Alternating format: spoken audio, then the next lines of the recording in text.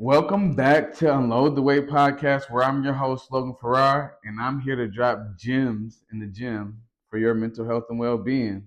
I have the beautiful Miss Bess to the side of me, looking all sexy and scrumptious at 6 a.m. in the morning. How do you do it? You're so silly. I appreciate that. Good morning. What up? What up? Okay. So today I want to talk about I want to talk about I stress love it. management. It's a beautiful thing. Um, how does stress impact your mind and your body? It really, there's good stress and bad stress. Like the good stress is exercise. I love some good stress because today I was curling 45s and they were getting heavy, but I influenced my mind to get that last rep in because that's where all the results happen. That is good stress. It was hard, it was stressful, but I got it up there. And when I completed that rep, I felt amazing. I felt stronger. I felt more confident. My self esteem was like, hell yeah, I can do it. But there's also the bad stress. There's also the negative thinking that won't get you all the way up there to feel like the highest version of yourself. There is the bad stress that holds you back from moving forward, that puts you in quicksand, Mm-hmm. So there's some good stress and bad stress, and we like the good stress. The good stress is what grows you. The good stress is what wakes you up in the morning to um, do what you need to do to jump in front of the bad stress. Like I Mm-hmm. told you guys last time, I have to take control of my thoughts before the world out there because it is a it is a negative place if you let it be. Like it's so many sharks out in this world. It's crazy. So there's some bad stress and good stress. Mm-hmm. Yeah. Absolutely. And so, what can people do to manage stress?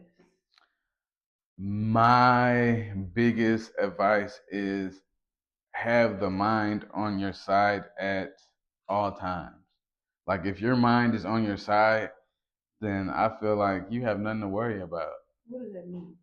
Like there is the like if something negative happens, a lot of people beat themselves up. So the mind turns on them and adds negative pressure to their mental well-being. And to have your mind on your side when tough things happen, you have to talk to it. You have to reverse that negative perception to a positive perception. You have to um, reflect. All right, this happened. It sucks. It's stressful. But what can we do better? Like always have your mind as your best friend. What will your best friend say to you? That's what you need to think of your mind as. So if you have your mind on your side, because the mind is powerful, the mind can. Remember when we talked about the rain example? Um, Mm-hmm.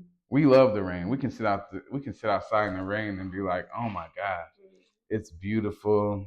This relaxes our muscles. We gain mental clarity from the rain because it's just so breathtaking."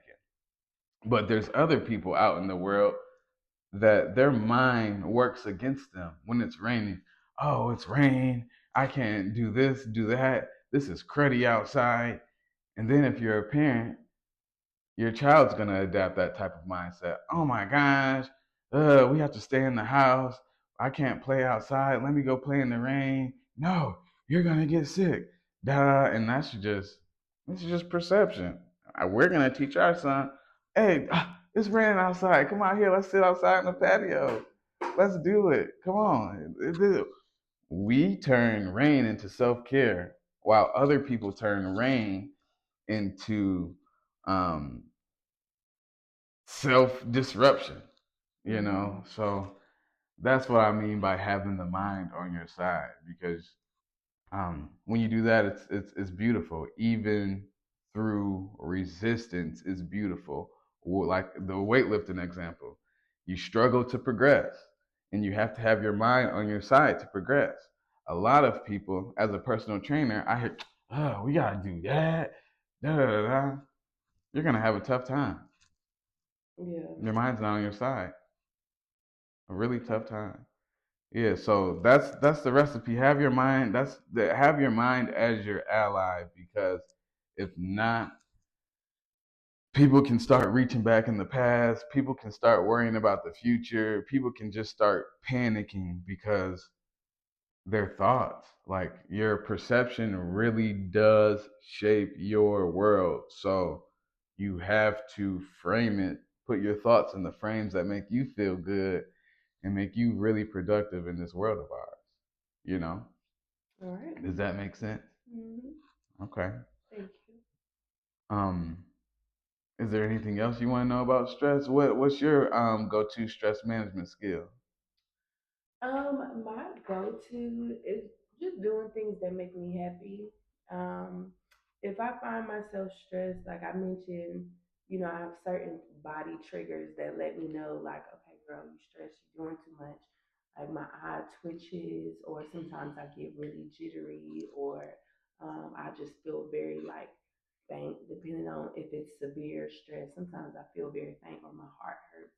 And when I feel those triggers, I honestly turn to doing things that help me focus on positivity, how you said. Does stress happen in your body first, or does it happen in your mind? I feel, as somebody who always has a ton on their mind, sometimes I don't recognize when I'm stressed right away, because I'm used to dealing with a lot of things, like always having a lot on my mind.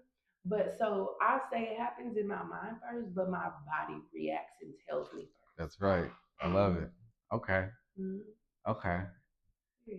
And then you just shift your thinking stinking, and I mean your stinking thinking, and then everything just goes back to normal. Yeah, I just choose to focus on what's positive and what can move me forward, instead of like what's holding me back. Or if it's people, I gotta cut them off.